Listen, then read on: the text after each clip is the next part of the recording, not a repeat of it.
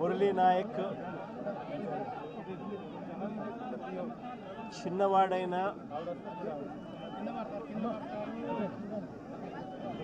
రాష్ట్రంలో చాలామందికి పెద్దలకు కూడా స్ఫూర్తిదాయకంగా ఒక పెద్ద వ్యక్తిగా ఎదిగాడు తన చావుతో. భారతదేశం కోసం తాను పోరాడుతూ తన చావు వల్ల అనేక మంది మిగిలిన అన్నదమ్ములు అక్కచెల్లెమ్మలకు రక్షణిస్తూ తాను ప్రాణాలు కోల్పోయాడు. అలాంటి మురళిని తేడమైతే వెనక్కి తాలేము,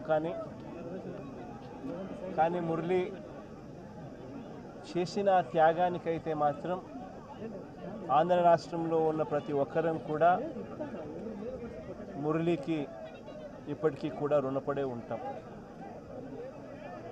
రాష్ట్ర ప్రభుత్వం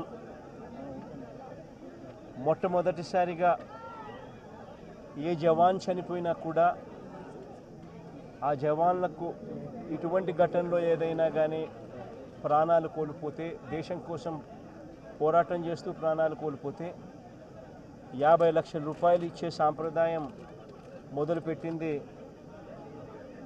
వైఎస్ఆర్సీపీ ప్రభుత్వ హయాంలో మొదలుపెట్టినందుకు చాలా సంతోషపడతా ఉన్నాం. ఆ సాంప్రదాయాన్ని కొనసాగిస్తూ ఇప్పటి ప్రభుత్వం కూడా 50 లక్షల రూపాయలు మురళి కుటుంబానికి ఇవ్వడానికి ముందుకు వచ్చినందుకు ఈ ప్రభుత్వానికి కూడా కృతజ్ఞతలే. పార్టీ తరపు నుంచి అన్ని రకాలుగా మురళికి అండగా తోడుగా ఉంటాం. పార్టీ తరపు నుంచి ఒక 25 లక్షల రూపాయలు వైఎస్ఆర్ కాంగ్రెస్ పార్టీ తరపు నుంచి అండగా ఉంటూ ఆ కుటుంబానికి తోడుగా ఉండే కార్యక్రమం చేస్తాం. మనిషిని తేలేకపోయినా కూడా తాను చేసిన త్యాగానికి అందరం కూడా అండగా తోడుగా ఉండే కార్యక్రమం అయితే ఖచ్చితంగా జరుగుతుంది. ఇలా కుటుంబానికి మంచి జరగాలని, చనిపోయిన మురళికి తన ఆత్మకు శాంతి కలగాలని దేవుని మనసారా కూడా కోరుకుంటాను.